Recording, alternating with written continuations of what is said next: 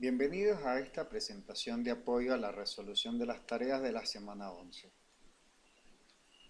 Recordemos, en esta semana número 11 de cierre y conclusiones o de integración de bioestadística inferencial, se proponía desarrollar el estudio de brote de ictericia huitzilia, en este caso haciendo uso del programa de análisis estadístico EpiInfo. Pues bien, en los tutoriales, pues paso a paso se fue describiendo las actividades a desarrollar para realizar en un primer momento la caracterización en tiempo y en un segundo momento el análisis inferencial de las hipótesis propuestas por el equipo de investigación en relación a mecanismos que se sospechan están implicados en la transmisión de la enfermedad en la comunidad.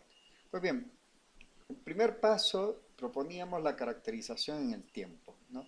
Recuerden que para esta parte de descripción del brote lo que se utiliza es el registro que desarrollan los investigadores de los 88 casos identificados como positivos eh, para la definición de caso utilizada en, en esta situación, ¿no? El análisis de la curva de presentación de los casos en función del tiempo, en este caso por semana epidemiológica. Si ustedes además visualizaron la documentación del MOPESE en relación a cómo se analizan estas curvas, podrán ver que las conclusiones, bueno, si leemos esto como si fuera una radiografía del brote, podemos sacar las siguientes conclusiones. Impresiona que el brote pues es de fuente única, ¿no? Y además que posee una forma de transmisión de persona a persona. ¿Qué es lo que nos hace suponer eso? En primer lugar, vean ustedes que el brote comienza con un pequeño pico, ¿no? Un segundo pico, que si bien no es tan alto, es un poco más ancho, o sea, hay un periodo bastante más prolongado de transmisión, y estos dos primeros picos se acompañan con dos picos máximos y luego a una disminución progresiva de aparición de nuevos casos. Esto es clásico, esta imagen es clásica de las enfermedades infectocontagiosas y de transmisión de persona a persona. ¿Por qué? Sobre todo en lugares muy recluidos o en espacios geográficos determinados, lo que encontramos es que después de una primera explosión hay una segunda explosión de casos, habitualmente un poco más grande o más extendida en el tiempo, a la cual siguen progresivamente curvas de presencia de casos cada vez más grandes, hasta el momento en que se depletan en la comunidad los casos susceptibles. En este caso, eso es posible de verificar por la subsiguiente ocurrencia de nuevos picos, pero cada vez más pequeños. ¿Por qué? Porque el bolsón de los susceptibles se ha reducido en la población. Esto es clásico de las enfermedades de infectos contagiosas que además generan inmunidad permanente o inmunidad transitoria, digamos, un periodo, un lapso de tiempo, y que permite progresivamente pues la desaparición eh, de nuevos picos, de gran cantidad de nuevos casos.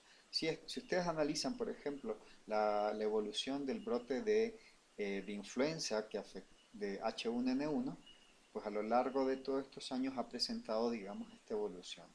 El primer periodo de aparición de pequeños brotes que siguen luego en grupos poblacionales con la aparición o presencia de grandes picos que corresponde, digamos, a los periodos críticos de transmisión de la enfermedad en el grupo poblacional. Y a la fecha, pues no es que haya desaparecido, sino que seguimos teniendo pequeños brotes, pero cada vez más pequeños. ¿Por qué? Porque se ha agotado prácticamente dentro de la población los bolsones de gente susceptibles o que no se han infectado en las olas previas con el virus de H1N1.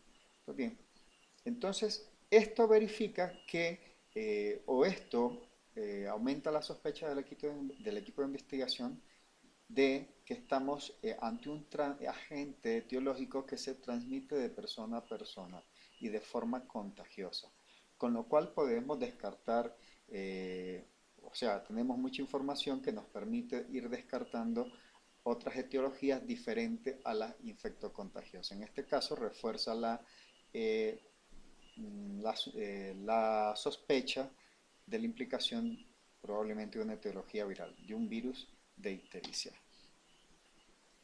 En la caracterización por lugar nos dimos a la tarea de analizar la frecuencia relativa del evento por manzanas, es decir, tomando en consideración la población registrada en cada una de las manzanas, analizar las tasas de ataque, es decir, el número de casos entre el total de población registrada por cada una de las manzanas. Y vemos que las mayores tasas de ataque se presentaron en la zona noroeste de la localidad. Vean que esto es igual, esta información de identificación geoespacial de las zonas más afectadas, lo que permite es igual que en los grupos, por ejemplo, de trabajo de ETV o de enfermedades de transmisión vectorial, concentrar las actividades de atención preventivas y de búsqueda activas de casos en esta zona de la localidad. Es decir, si tenemos identificado que en esta zona se presentó con sustancial diferencia mayor acumulación de casos, entonces eso quiere decir que este grupo o este sector de la población se encuentra particularmente en riesgo a seguir presentando daño. Por tanto, el foco probablemente de la infección esté presente acá, en esta zona, o los mecanismos están exacerbados en esta zona de la localidad. Por tanto, si le vamos a pedir al médico que haga rastreos semanales en la localidad en búsqueda de nuevos casos, sí o sí tenemos que exigirles que esos rastreos se tengan que hacer obligatoriamente en esta zona. O sea, si vamos a priorizar por cuestiones climáticas u otras situaciones de cualquier índole, el rastreo en una zona de la localidad, hay que priorizar esta zona. Aquí la búsqueda tiene que ser intensiva. Si vamos a hacer intervenciones para prevención de nuevos casos, es decir, intervenir sobre factores ambientales, hay que priorizar igualmente esta zona. Entonces se vuelve como la zona clave también de intervención, sin que eso signifique, digamos, dejar sin intervenir las otras áreas de la localidad. Pero aquí, digamos, el punto neurálgico donde tiene que estar puesto el foco de atención. Algo está ocurriendo ahí, que es por lo cual tengo mayor concentración de casos. Y esto es lo que se debe estar reflejando, digamos, en las intervenciones. Por tanto, vean que ustedes desde el inicio ya el equipo de investigación propone acciones de contención. Esta información, tanto la del tiempo como la del lugar, lo que tiene que ir permitiendo es ajustar las decisiones ya tomadas, reorientarlas y ajustarlas tomando en cuenta la nueva información que va cayendo en nuestras manos.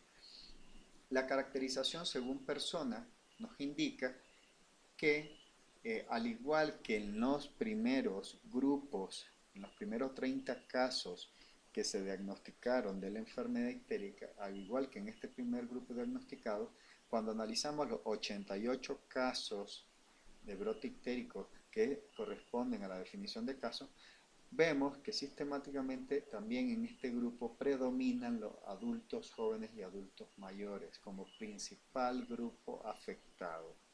Vean que prácticamente ni en hombres ni mujeres hay niños ni menores de 1 año y es escasa la relación o presencia de niños de 1 a 4 años de 5 a 14. Entonces, esto nos debe llamar la atención por algo. Si nosotros leemos la etiopatogenia de las enfermedades, encontramos que hepatitis A predominantemente la vamos a tener como población afectada a menores de 5 años. ¿Por qué por qué prácticamente no la vamos a tener en adultos? Y más en estas condiciones, en estos entornos como la localidad de Huitzilía. Bueno, porque es una enfermedad endémica.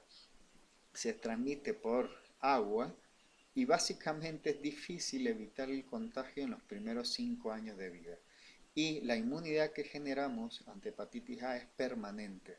Por tanto, como la probabilidad de contagio en los primeros años de la vida es muy alta, prácticamente todos hemos tenido contacto con el bicharraco y prácticamente todos nosotros tenemos inmunidad contra este virus. la enfermedad la habrán presentado nada más niños que por X o Y razón pues tuvieron o una mayor cantidad de virosis de exposición o compromiso de su estado inmunológico al momento de exponerse. Entonces esto va descartando la probabilidad de que el agente etiológico sea hepatitis A y aumenta la probabilidad de que sea, por ejemplo, hepatitis E, la cual si leemos la etiopatogenia de la enfermedad se da principalmente en adultos jóvenes.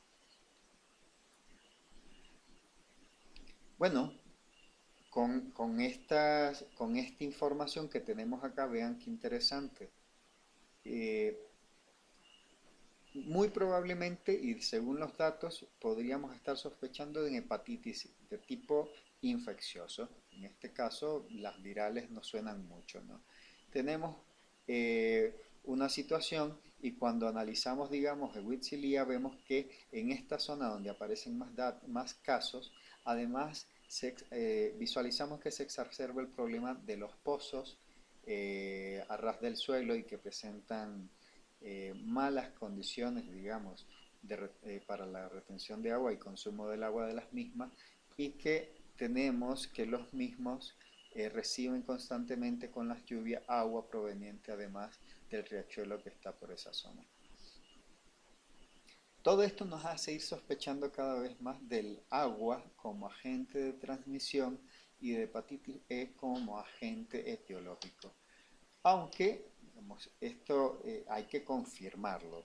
Y para confirmarlo es que se hace esta propuesta de desarrollo de un estudio de casos y controles, donde lo que interesa es analizar la fuerza de asociación de diferentes mecanismos en los cuales pensamos como involucrados potencialmente en la transmisión de la enfermedad. Muchos de ellos se relacionan al manejo y acceso al vital líquido, al agua.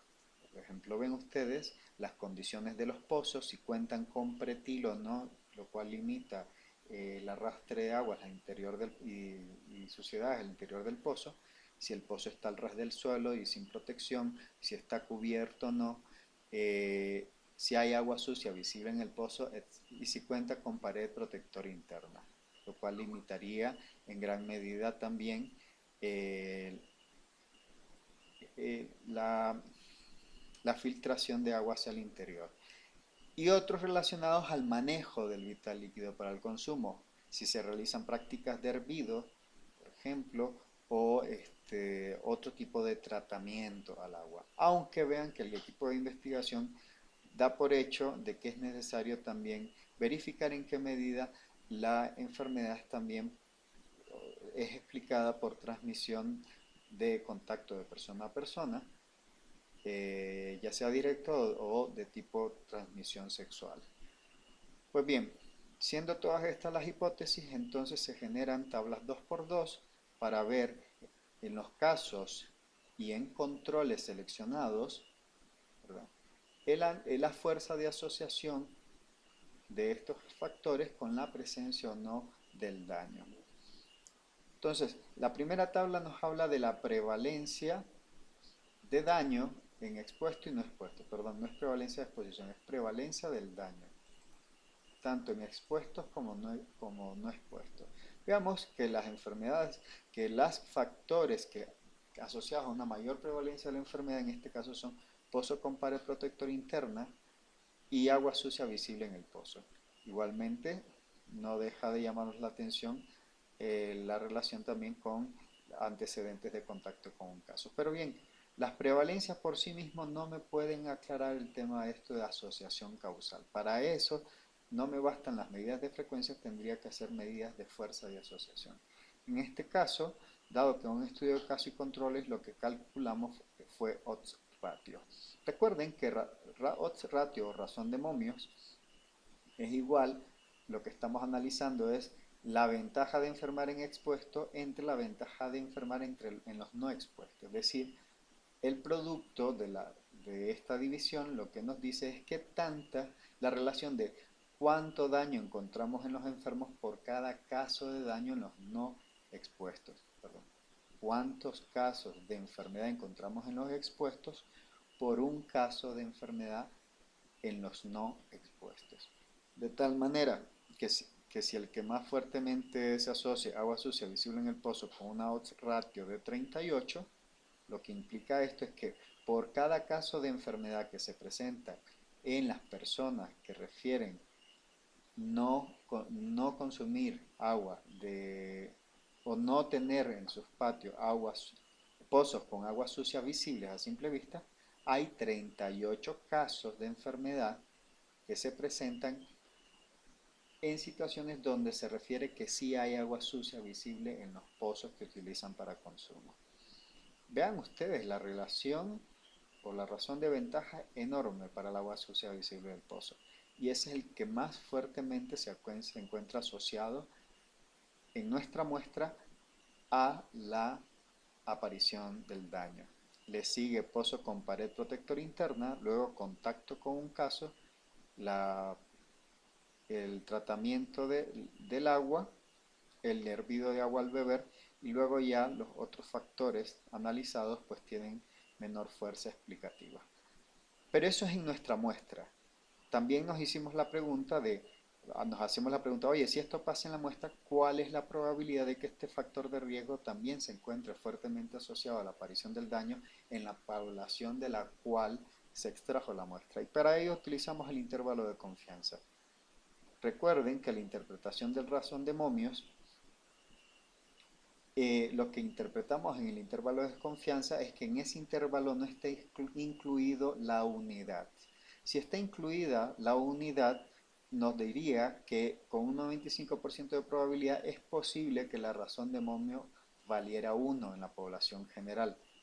Y 1 significaría que la cantidad de daño que ocurriera en los expuestos es igual a la cantidad de daño en los no expuestos. Por tanto, este factor de riesgo no me explicaría, este factor analizado no me explicaría mayor o menor cantidad de riesgo de enfermar. Si nosotros vemos, los únicos factores de riesgo que no incluyen a la unidad dentro del intervalo de confianza son contacto con un caso, pared protectora interna en el pozo y agua sucia visible en el pozo. Por tanto, y dado esta información, podemos concluir que la transmisión hídrica está muy asociada, o el manejo del agua y las fuentes de utilización del agua explican en gran medida el tema eh, de la ocurrencia de la enfermedad o son un mecanismo de transmisión que explica muy bien el fenómeno de la enfermedad. Y probablemente el problema que tenemos aquí asociado con las lluvias y al fecalismo, al aire libre, es que hay pozos, y hay que ver las características de los pozos, que facilitan la filtración de aguas superficiales con basuras, excremento y demás a su interior. Y que donde esta suciedad es visible, pues la concentración de fecalitos y la concentración de virosis pues suele ser mucho más elevada. Y que la posibilidad de enfermar cuando estas condiciones se presentan es muy alta. Vean, aunque tratamiento al agua, el hervido al agua al beber, no salen fuertemente asociados, probablemente el problema aquí con ellos haya sido la forma en que preguntamos o levantamos la información. De todas maneras, son medidas de saneamiento básico estándar que aunque no salgan fuertemente asociadas o no salgan estadísticamente significativas, no por ello debemos dejar de utilizarlas. Como el lavado de manos, igualmente, como cualquier otro tipo de recomendación que de forma empírica o de forma lógica sea necesario utilizar aquí para cortar los mecanismos de transmisión. Entonces, lo estadístico nos sirve para afinar la toma de decisiones, pero hay ocasiones en que la estadística pues eh, debe de sopesarse el dato estadístico versus la experiencia empírica que hay al respecto. Entonces yo, aunque estadísticamente no sea significativo, yo seguiría recomendando el tratamiento del agua con cloro, hervirla para tomar, entre otros aspectos. Igualmente, valdría la pena generar todas las estrategias posibles para disminuir la filtración de aguas al interior de los pozos, de las aguas superficiales al interior de los pozos. Entonces los resultados. A partir de este análisis, la enfermedad está fuertemente relacionada al consumo de agua contaminada a través de múltiples mecanismos, dentro de los cuales la utilización de agua desde pozos contaminados parece ser el principal. El hervido de agua para consumo, el lavado de manos y contar con pozos con pared protectora interna y pretil funcionan como mecanismos protectores contra la enfermedad, según los datos. La transmisión persona a persona, ya sea por el contacto directo o vía sexual, no resultaron estadísticamente relevantes en el estudio, pero se debe considerar el recomendar reposo y establecer un sistema de cuarentena para los casos y contactos de los casos, para evitar el contagio a través de otros mecanismos frecuentes, ano, mano, boca, vómitos, etc. Es decir, la recomendación siempre debe darse porque la probabilidad de contagio existe y está documentado para agentes virales tipo hepatitis C, cuya transmisión es vía entérica. Concluimos que la contaminación de los pozos puede ser por las letrinas cercanas, basuras y desechos orgánicos que se filtran en la tierra hacia los pozos, y parece ser el mecanismo de transmisión más probable del brote a través de un caso primario. Pues bien, si estas son las conclusiones que sacamos del estudio, vean que si previamente había tomado yo algunas decisiones para la contención del brote y para el tratamiento de casos, este estudio, el estudio de los mecanismos de causación y la caracterización del brote, nos deben de permitir ir afinando la toma de decisiones. En este caso, propongo que utilizar historia natural de la enfermedad nos puede permitir organizar las intervenciones a desarrollar en acciones de prevención primaria, secundaria y terciaria. Y las primarias, recuerden que son las dirigidas a atacar los factores de riesgo, las podríamos organizar en dos grandes dimensiones, de corto plazo y de mediano y largo plazo. A corto plazo lo que interesa son medidas de contención inmediata del brote, ¿no? Podemos desarrollar estrategias como de distribución de agua potable para el consumo, ya sea llevando pipas de agua potable a la comunidad, botellones y demás, clausurar los pozos de agua y habilitar mecanismos comunitarios de surtido de aguas tratadas en los hogares. Puede ser estos mismos sistemas de botellas, de pipas con agua potable y demás. Habría que ver que es factible desarrollar en esa comunidad. Distribuir cloro para el tratamiento del agua, recomendar el reposo y aislamiento de los casos en sus hogares en los primeros 10 días después del inicio de la patología, establecer una campaña permanente, mientras dure el brote, de comunicación de medidas de prevención de casos a la población. Entonces vean, la campaña por sí sola es necesaria pero insuficiente. Si solamente hacemos la campaña y no desarrollamos el resto de las acciones, pues el impacto va a ser mínimo. De mediano y largo plazo, el problema aquí es las condiciones de saneamiento ambiental de la localidad, así como la carencia de un sistema de distribución de agua potable y de alcantarillado. Estos problemas hay que gestionar formas de solucionarlos con las autoridades municipales. Hay que desarrollar un plan de desarrollo para esta localidad que permita priorizar este tipo de intervenciones y la inclusión de este tipo de infraestructura a la localidad. Red de distribución de agua potable y un sistema de alcantarillado o de tratamiento de aguas negras.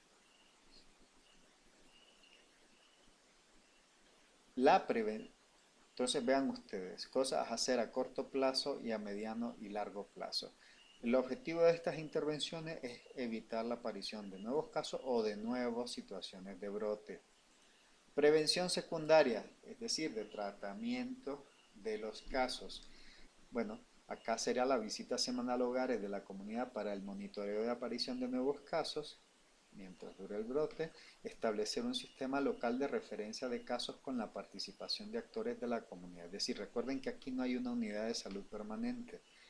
Entonces, habría que establecer un mecanismo para si aparece un nuevo caso, pues la comunidad también se encargue de informar de su aparición y de su situación. ¿Para qué?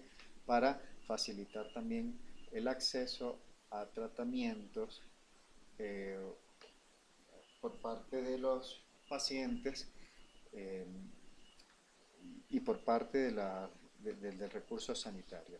Habilitar un espacio temporal como módulo de atención a la salud en la localidad gestionado por un médico y un personal de enfermería podría ser otra acción, y establecer de,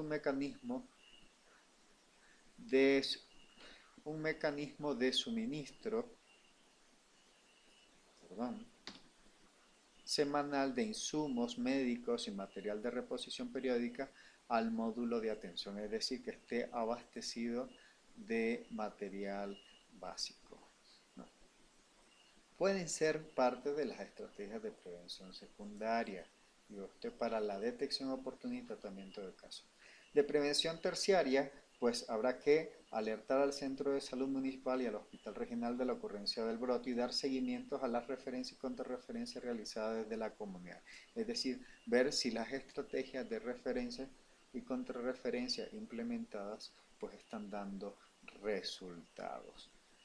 Pues bien, eso sería, digamos, una propuesta ordenada, lógicamente, utilizando el modelo de historia natural de la enfermedad para la atención y contención de este brote. Pero vean cómo todo el proceso de análisis previo, el análisis estadístico más el conocimiento in situ de la situación de la comunidad es lo que nos conlleva a generar los planes de implementación. Bueno, espero que les haya resultado agradable el desarrollo de este ejercicio.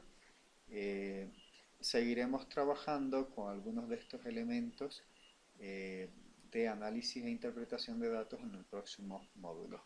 Hasta aquí esta presentación.